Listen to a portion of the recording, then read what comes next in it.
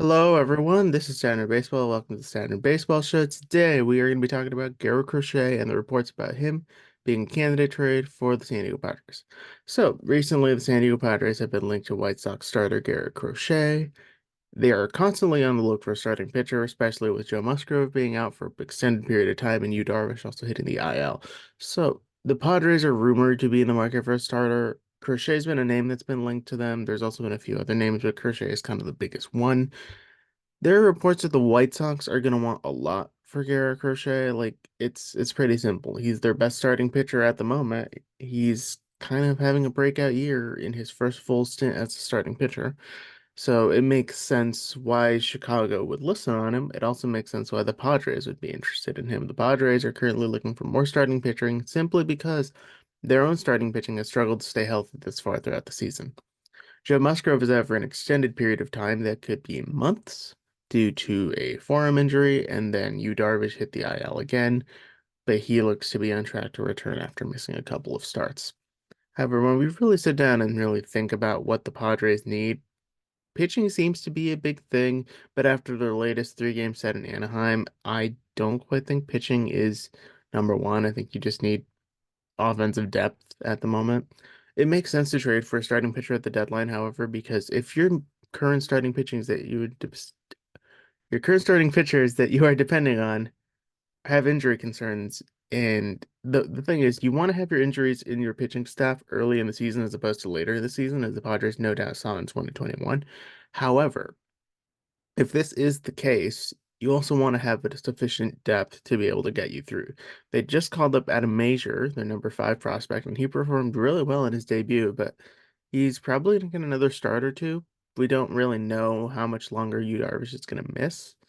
And then you have Randy Vasquez, who's made six starts so far in the year, and it's been kind of a mixed bag. I mean, two of them have been pretty quality outings.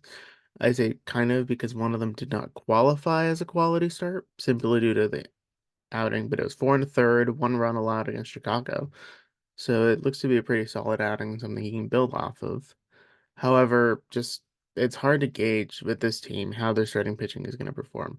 Now, if we look at the report about Garrett Crochet, it says they want at least one positional player prospect with sufficient upside. This is coming right out of the Athletics. So, in case you're wondering where I got that information from, that is not me making it up. That's directly from Ken Rosenthal.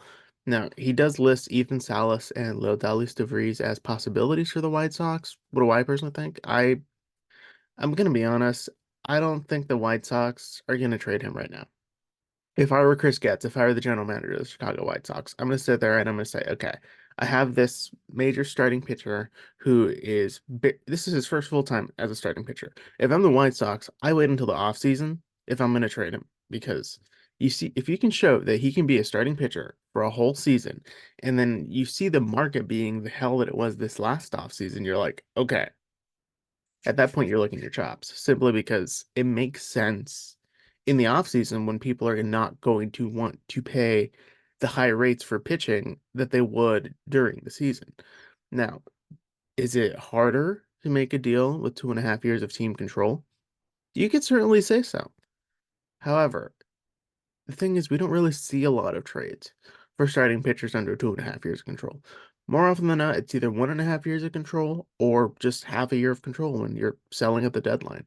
In the offseason, trades for 2 years of pitching control are pretty common.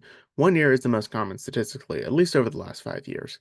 But trades for starting pitchers with 2 years of team control are pretty common. I mean, we just saw it with Dylan Cease. So, the thing I will say about Garrett Crochet is that if you get the right deal at the deadline, if you're the White Sox, if you're Chris Getz and someone sends you an insane package, I don't see why you don't take it. Because the thing is, the Padres are not going to be the only team that's linked to Garrett Crochet.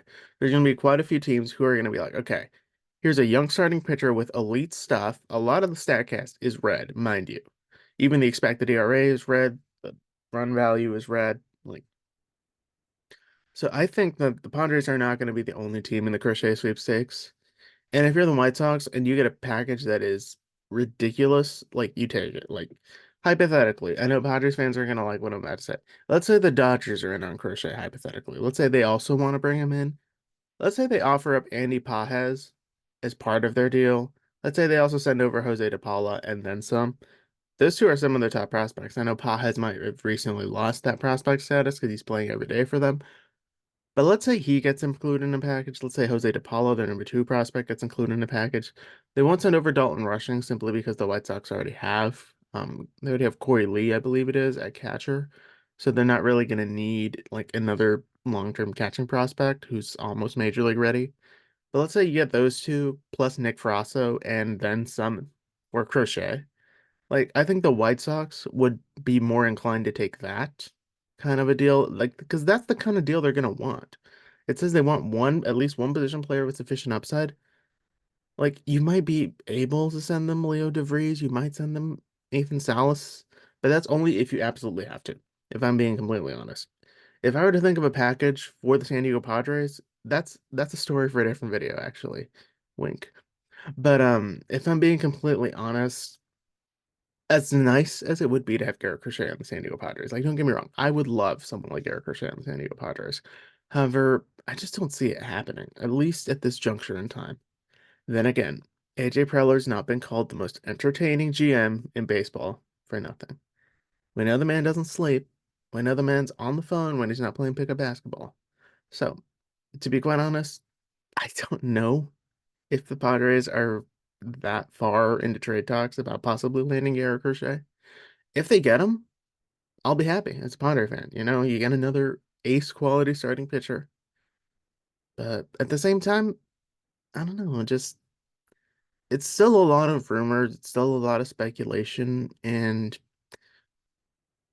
I mean, until I know something for sure, I'm gonna really get like thinking about it in that way.